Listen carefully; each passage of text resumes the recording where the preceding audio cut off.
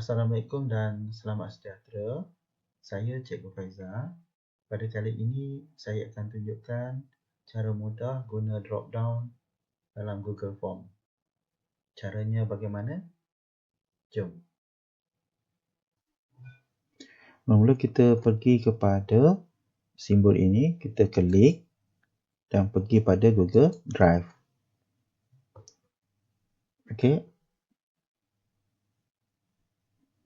Okey, pastikan Google Drive ini dah apa, barulah kita pergi kepada new untuk membuka Google Form.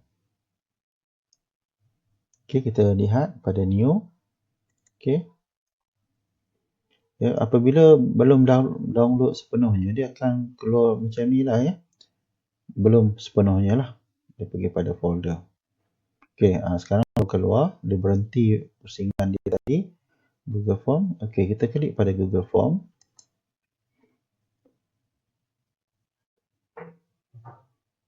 Okey, apabila paparan Google Form telah keluar, jadi langkah yang pertama, kita ke setting lah ya. Apa-apa pun yang pertama untuk membuat Google Form, kita pergi pada setting. Klik pada setting. Pada general ni kita turun dekat bawah ni. Klik pada see summary chart and text response. Okey. Lepas tu kita terus kepada presentation. Klik. Dan biarkanlah showing to submit another response. Dan pada confirmation message kita tulis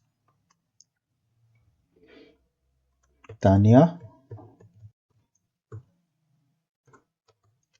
anda telah berjaya mendaftar. Okey, ini apabila maklumat yang diisi oleh murid, data-data tadi yang dimasukkan akan apabila berakhirnya mengisi data, akan keluarlah mesej ini ya. Tahniah, anda telah berjaya mendaftar. Okey, klik pada save, jangan lupa ya. Klik pada save ini ya. Okey, kita lihat pada paparan form dah keluar dan kita pergi pada yang seterusnya, customize term ni. Untuk cantikkan form, choose image. Okey, saya ambil yang image yang ada, work and school, dan pilih ini. Okey, dan keluar insert, kita tekan insert dan pilih warna. Okey, saya purple dan juga background pun purple. Okey, dapatlah paparan yang cantik. Dan seterusnya kita pergi pada entitled form ni lah. Kita kena isi. Okey, kita nak buat maklumat murid. Okey, huruf besar.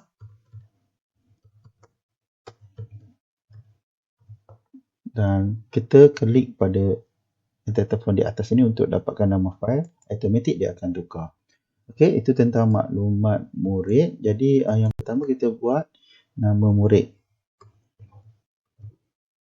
Okey, dan juga short answer lah ya. Ni automatik dia tukar.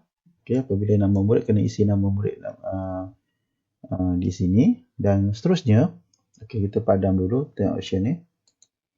Okey, kita nak lihat paparan begini dan seterusnya kita tambah equation. Di sini kita akan menggunakan penggunaan drop down. Ya, saya nak tunjukkan penggunaan drop down. 2 kali drop down. Jadi yang pertama kita tekan drop down, ini simbol dia. Okey, dan tulis tingkatan.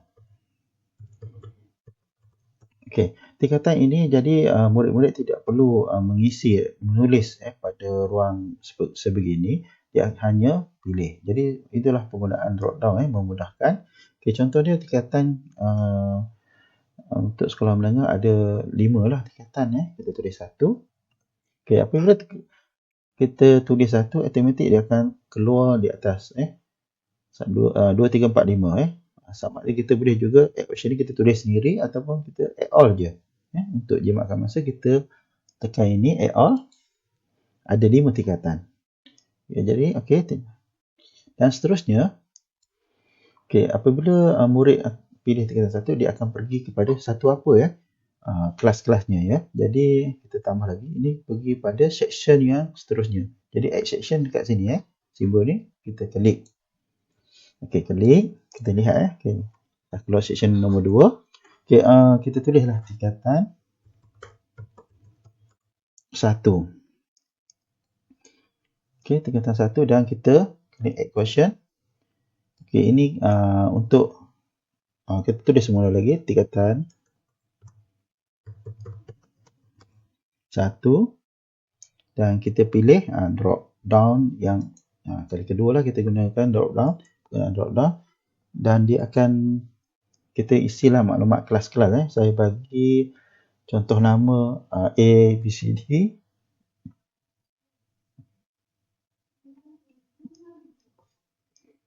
Saya bagi contoh untuk tingkatan 1 A, B, C, D. Contohnya A nama bunga anggrek. B bakawali. Okey, C kita tulis C cempaka.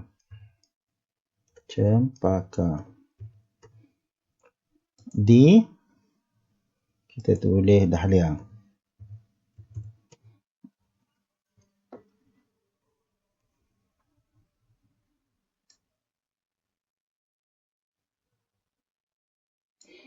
Okey, selepas kita selesai menulis tingkatan 1 nama-nama kelas, ada 4 kelas yang kita tulis.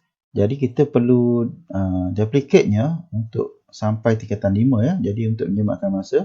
Jadi kita hanya bukan tekan di sini ya. Okey, dia bukan dia duplicate di sini. Kita duplicate di untuk section di sinilah, di atas ini. Okey. Saya tulis sini. Okey, kita klik dan tekan lagi sekali ya. Kita kena okey. Kalau tak keluar tekan lagi sekali. Duplicate section. Okey, kita tekan. Okey, kita lihat duplicate section dapat section 3. Okey, kita dapat 1. Jadi kita nak lagi 3 lagi lah. Okey, tekan sini. Tekan 1 yang ketiga. Tekan lagi yang keempat. Tekan lagi yang kelima. Jadi ada cukup untuk tingkatan 5 lah. Jadi 6 Okey, kita lihat. Okey, selepas itu, selepas kita buat section, okey, kita kena tukarlah pada section tu tingkatan 1. Okey, 1 tak, section 2 ni kita tak perlu tukar apa-apa. Tingkatan 2 ni kita ni pada section 3 ni kena tukar. Okey, kita klik. Tukar saja nombor.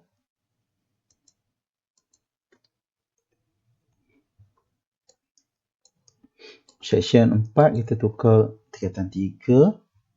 Ni pembawa kena tukar 3. Section 5 kita tukar tingkatan 4. Ni pun kita tukar tingkatan 4. Dan section nombor 6 tingkatan 5. Dan okey, yang ni terakhir lah tingkatan 5. Jadi kita check lah. Dah bertukar tak tingkatan 5? Okey, sudah bertukar tingkatan 4. Dan 3. Dan 2. Tingkatan 1. Okey, seterusnya kita perlu tekan perubahan section ini. Yang pertama kita lihat section. Kita tekan di sini.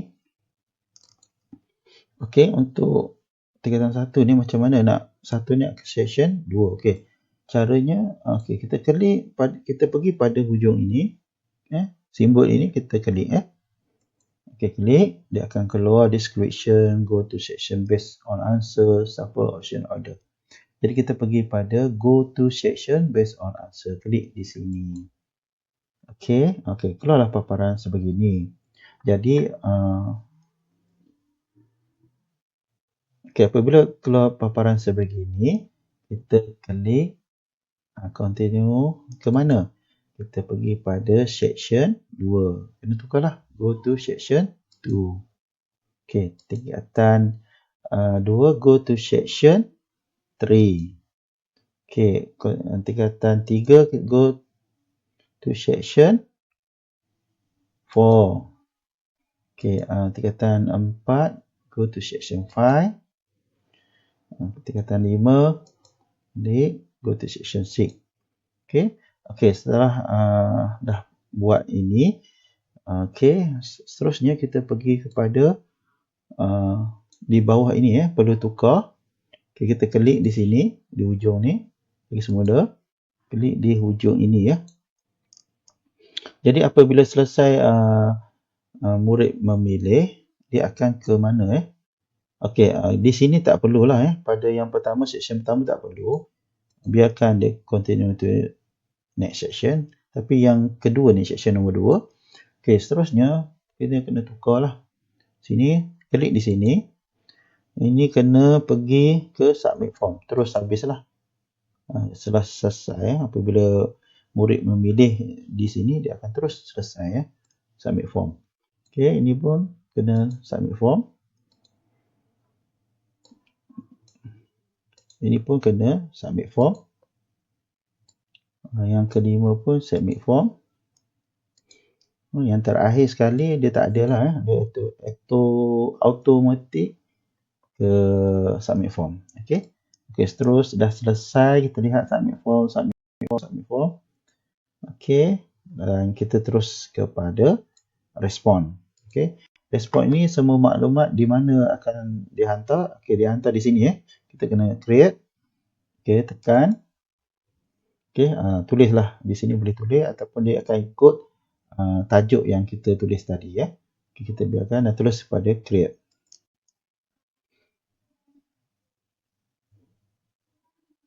Okey, semua paparan maklumat murid akan keluar di spreadsheet ini. Dia ada nanti tarikh, masa, nama murid, tingkatan dan jenis-jenis kelasnya lah.